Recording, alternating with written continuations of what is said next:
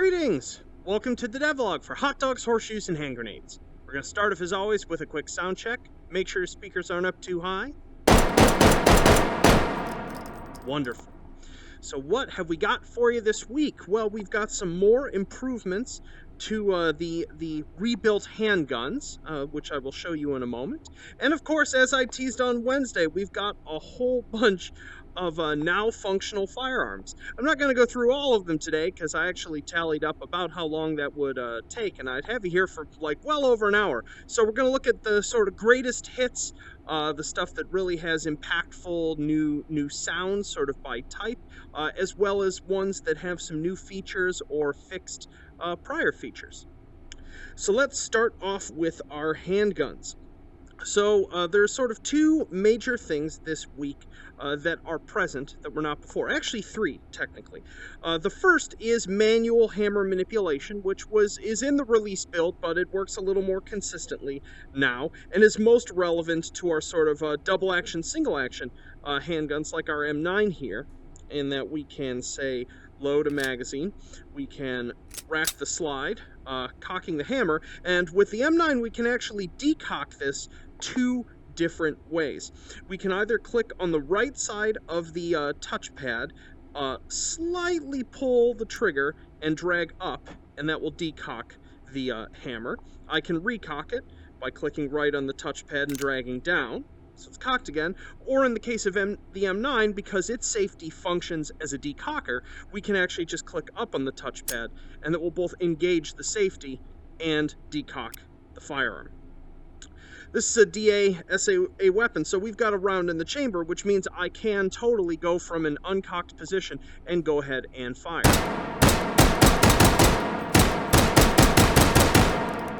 Wonderful. Pop that out there. Beautiful.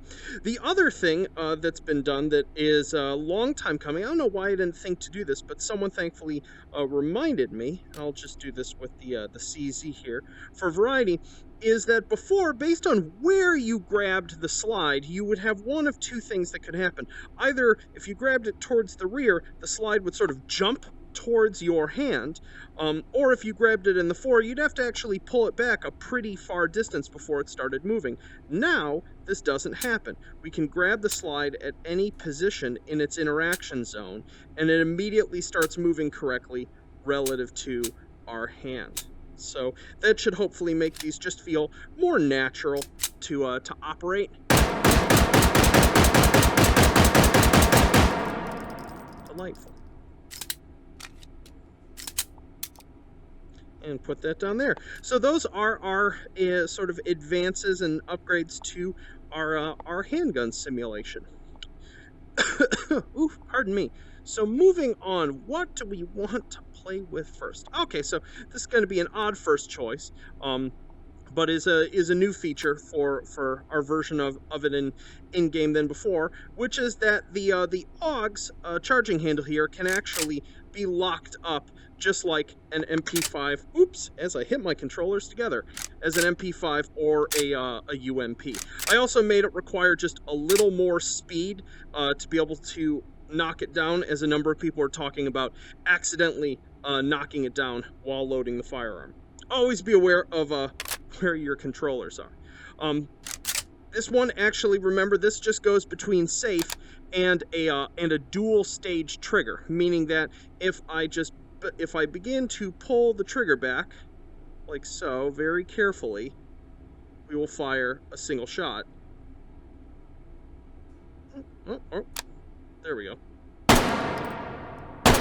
So we can fire it semi-auto, but if we pull it all the way back, it will just go right into full auto. So I've tried to set this threshold as intelligently as possible relative to where the trigger clicks on the Vive controller, so it should hopefully feel nice and natural for you. So you can still pop single shots off, or just jump right in. Also, I realized that the magazine that I had for this was actually the long 42 and not the 30. Someone pointed it out to me. So this the AUG magazine is now a 42 rounder. Delightful. Overshot. All right, what's next? What's next? Let's continue on with primarily firearms that have new or fixed features. So let's grab our QC9 here. We've got a couple things here. Some of them are sort of nice touches in relationship to sound. Speaking of, let's jump out to the forest sound-wise here, which is that the system now actually supports per magazine overrides for their sort of mag in and out sounds. So the sound of putting the metal magazine in and out is different from the plastic waffle, is different from the drum. It's a subtle difference, but it is present, and it's a nice little touch that that I quite enjoy. One of the other things as well is that there we go. The bolt catch is now implemented on these. So just as before, if our bolt is locked back, let's go ahead and just mag dump this real quick, just so we can hear what she sounds like. Beautiful. So our bolt is locked back here. We can, of course, hit our bolt release to snap it forward. We can click up on the touchpad for firearms that have that essentially can release it from the firing hand with a long reach. And we can also, in a situation where we don't have a magazine and the bolt wouldn't lock back, we can pull it back, click right on the touchpad, then release the charging handle, and that will lock the bolt back even if it doesn't have a magazine in it with a follower to block it. So that is all functional now. Pop you over there. Yay, we actually got one in the trash. Ah, not 2 for 2 though. Best of 3, there we go.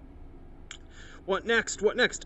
Let's talk about our Garand, which I'm trying to override in my head, calling it a Garand, as enough folks have complained to me about it.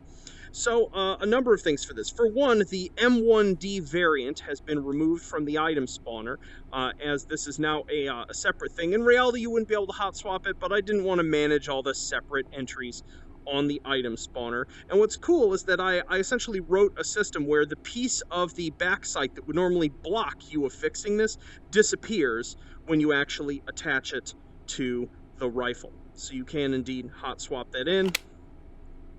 Take a look down range. Beautiful. What a beautiful optic. And then some other things involving our Garand here. Let's keep it on forest here. Clear that. Let's pull our bolt back. Insert this in. Snaps forward. Let's take a couple shots. Take it off safe. Beautiful.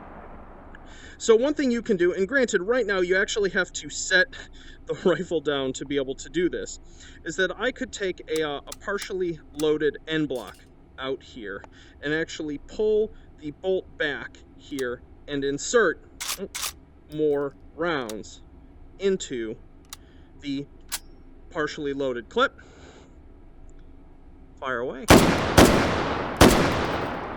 Love that. Also, if you find yourself, and this is a request from folks who encounter this rifle in take and hold, they're like, well, I've fired 4 shots off.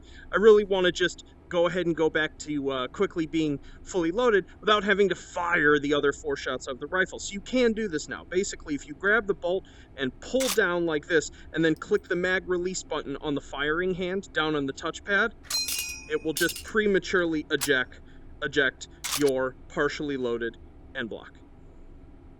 Pop that in there. Finish her off. Oh, love it. Absolutely love it. So there you have it. That is the adjustments to this beauty here.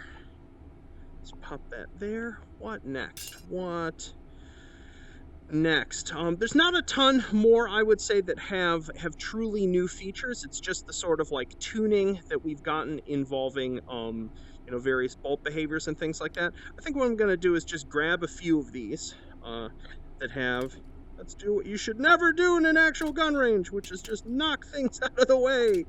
Oh my goodness, never do that. Yeah, I'm just going to grab a few of these just so that we can hear what they sound now. I'm sure many of you are curious what our AKM now sounds like. We have to do Sega, that's just required. What else? What else? Maybe the P90. This is, although we do have the MP7. These are, you know, firing a PDW round, which is, from a velocity standpoint, closer to an intermediate cartridge, higher pitched. So yeah, so let's start with the MP7. We'll go from small to big.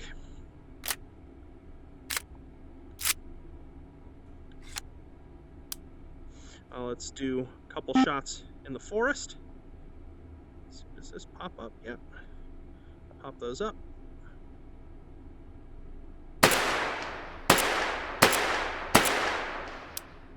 Full auto. Let's try that in a warehouse.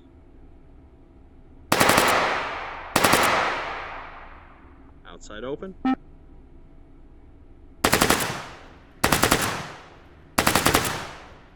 Outside and closed.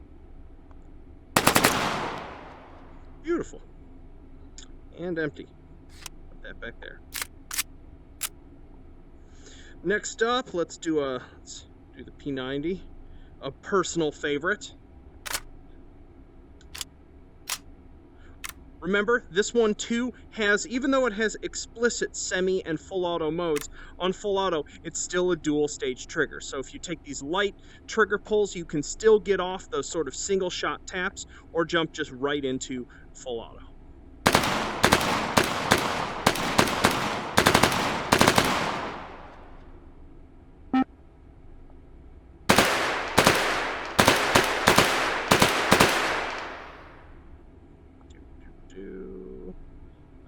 Warehouse. I'm sure I was hitting the ceiling there a bit. And I think we're out. Yep. Beautiful stuff. Just because I'm not trying them out, let's see what this sounds actually with a suppressor on. Patrick's actually made me some great new suppressor screw-on, screw-off sounds, but I haven't popped them in just yet. Need to get on that.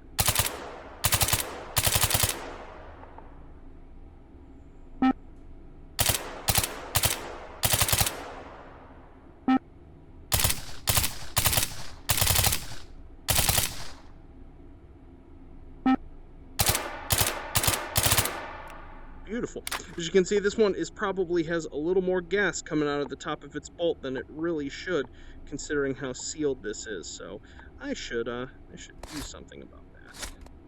That's the thing about just having such a large firearm collection here, is that there's always just this endless spiraling to-do list for all the little things I wish I had time to tweak.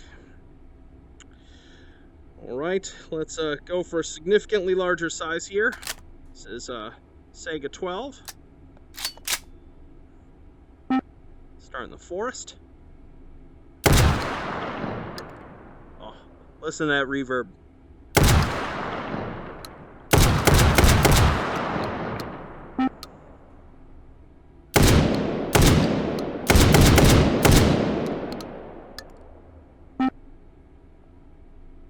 Oh, we're out. Yonk. Let's clean up our empties. Oh, beautiful. Let's pop a suppressor on that. See what this sounds like.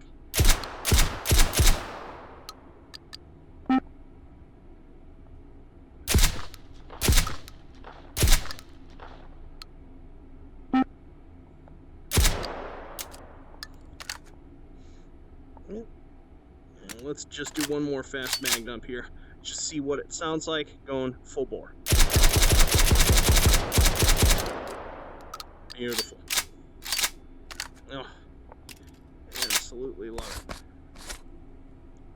Pop that off. There you go over here. All right, and then of course one that I'm sure many of you have been waiting to hear. I just absolutely adore it.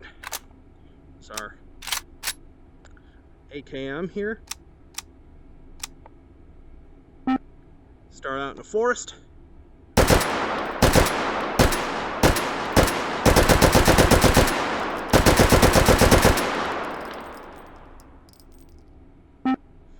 inside our indoor range.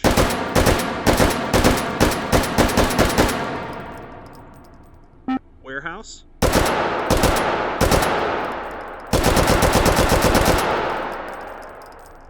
Outside open.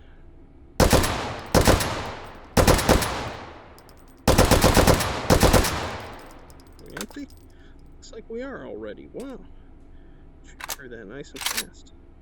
And outside enclosed. Love it. Let's pop a suppressor in here. Stop being. There we go. Sometimes it is a little difficult.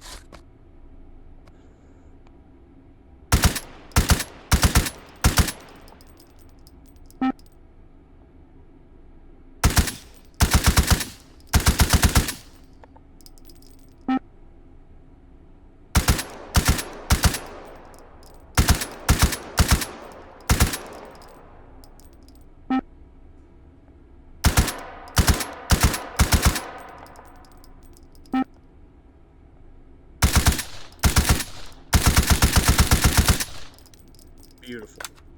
And there we have it. That is the AKM. Once again, probably need to clean up our scene. Actually, what I need to do is probably throw a few more of these outside the range of our shadow casting spotlight here on the center table.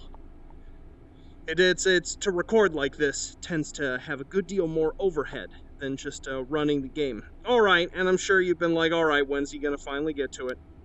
We, of course, have the Light 50, this ridiculous sucker. One of the things that was really cool to find out, as I told you about, there's some new filtering that I've been working on for these, and it seems that almost accidentally, the sort of new filtering just for holding it has ended up having a pretty large improvement on the actual bipod code. I've noticed I have a lot less jitter with it, which is quite helpful. So let's start by just racking this sucker on a semi. Starting a forest. Tail for this is just delightful. Oh, love it.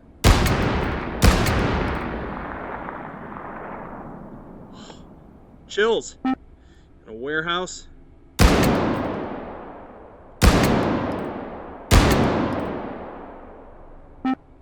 Outside open.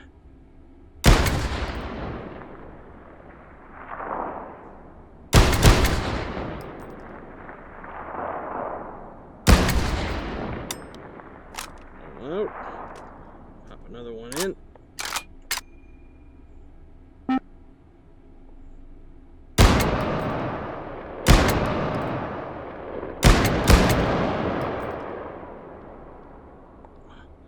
And as I mentioned before, when we put this down, granted, I do not have the recoil simulation re-plugged in with the bipod. So right now, it's an unrealistically perfectly stable platform. But you'll notice as I sort of move this around, that our input latency is lower, and it's significantly easier to get into a very, very precise position. So especially those of you who really enjoy making the long range shots, I'm really curious in this alpha how the bipod on this and the G36 perform for you.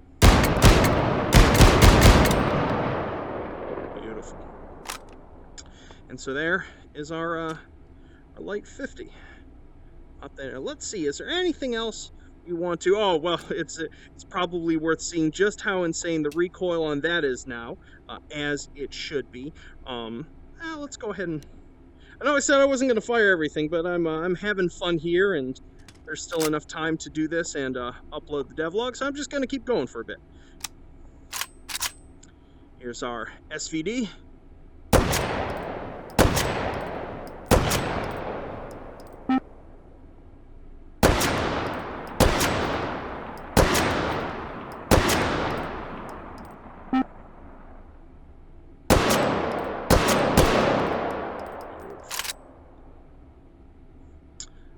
Over here,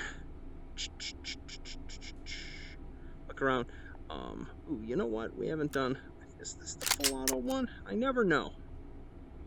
I don't have any visual difference, so I always forget. Find out. Yup, that's the full auto one. Yeah, so we'll grab that. And the VZ. Oh, speaking of new features, I forgot to mention this. I don't know if I showed this on past devlog, but you can now actually pull this down with the VZ64. Actually get it set into your shoulder. It's not really something where you can come all the way down to the sights and still have it in your shoulder, but down here works pretty well. Can keep it on target decently. Gotta get more than a 15 round mag for this sucker at some point. The noisemaker. Our Tech 9. Grab the, yep, we can grab the 4 on this. Beautiful. Toss you over there. Once again, clean up scene. Desperately attempting to keep this running smoothly while recording. Alright, and a little unexpected edit there as Unity finally got mad at all the things that had been laying around and all of the empties and such while recording. So we are doing this again to do our finale, which is seeing how our ridiculous KWG sounds. And what better way to do that than to have 2 of them. So, start in the forest.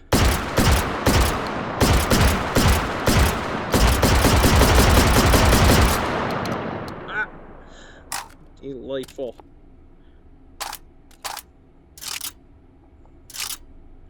Let's try a little bit of warehouse here.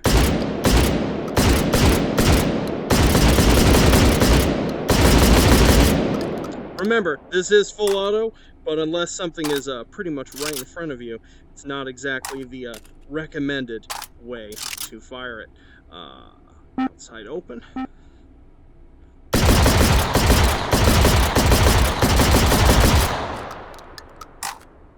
Whoops. Flinging things everywhere. Just having one of those days. And then outside and closed.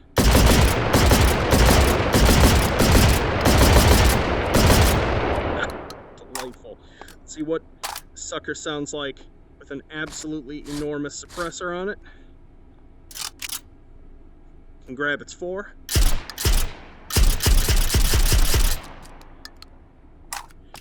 Significantly less imposing, but still fun. So yeah, well that is everything that I'm going to show for now. Let's go ahead and jump out of VR and talk about sort of what's going to be in tonight's alpha, as well as what the plan is going forward. Wonderful. Yo, out of VR now. So what's coming in tonight's alpha? Basically all of the firearms that you just saw laying on the table there. A bunch of fixes across the board.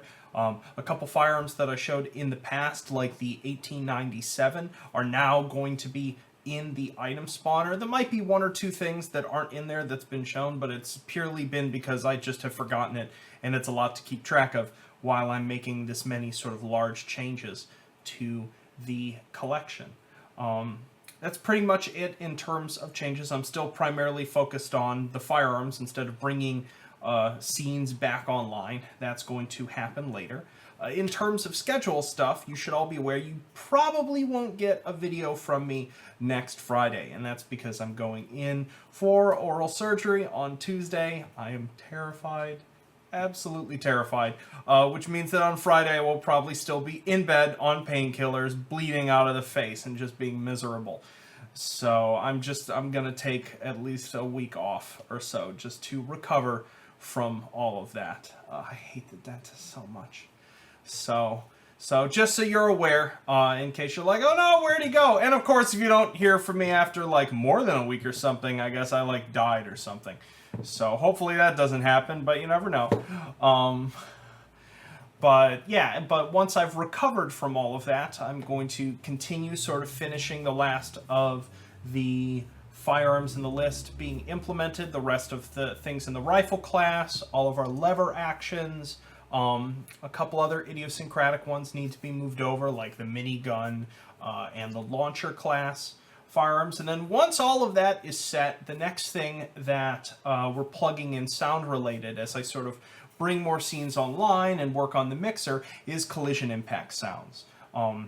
Right now I still have like manual Unity audio sources on every single magazine in the game and every round, and just removing those will remove a whole bunch of component overhead and glitches that can happen, and will make it easier for me to sort of mix sets of sounds at controlled volume levels way more easily. So that's what we're going to be working on next, is impact sounds from collisions, and then following that, actual bullet strikes, and probably cleaning up these sort of melee hit sounds as well. So that's what's on the docket. That's about as far forward in my horizon as I can plan at the moment. But things still continue to go well, and as you can see, just the benefit in terms of how things are sounding with this whole reconstruction is absolutely worth it. So I hope you have fun with Alpha 2. Once again, there's some glitches in it. There's some stuff the item spawner can spawn that will probably still be broken. There's not much I can do about it right now because the focus is on just bringing content back online. If something's busted, I promise you I will get to it at some point. So I hope you all have a wonderful next week, and I will see you when I can speak again. So, peace.